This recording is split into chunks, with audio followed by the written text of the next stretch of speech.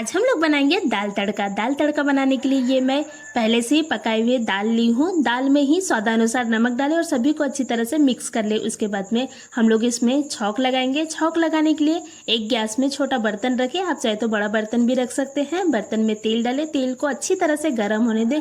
गर्म तेल में ही राई डालें, जीरा डालें हाफ टेबल स्पून के करीब। इसमें ही ये 3 से 4 करी लहसुन है बारीक कटी हुई, इसे डालें। इसमें ही हरी मिर्ची डालें बड़े कटे हुए, आप चाहे तो बारीक कट भी डाल सकते हैं। इसमें ही करी पत्ता डालें और सभी को अच्छी तरह से मिक्स कर ले। ये देखिए इस तरह से मिक्स करना है। मिक्स करते हुए कम से कम इन्हें 1 से 2 मिनट पका ले ताकि हमारे जो तड़का है वो अच्छी तरह से लाल हो जाए, इसलिए ये देखिए इस तरह से पकाना है। उसके बाद में गैस बंद कर दे और इस तड़के में हल्दी पाउडर डालें और हमारे जो तड़का है वो तैयार है। इस तड़के को दाल में डालें और सभी को अच्छी तरह से मिक्स कर ले। देखिए इस तरह से मिक्स करना है। हमारी जो दाल तड़का है वो तैयार। इस तरह से आप बहुत ही टेस्टी दाल तड़का बना ले।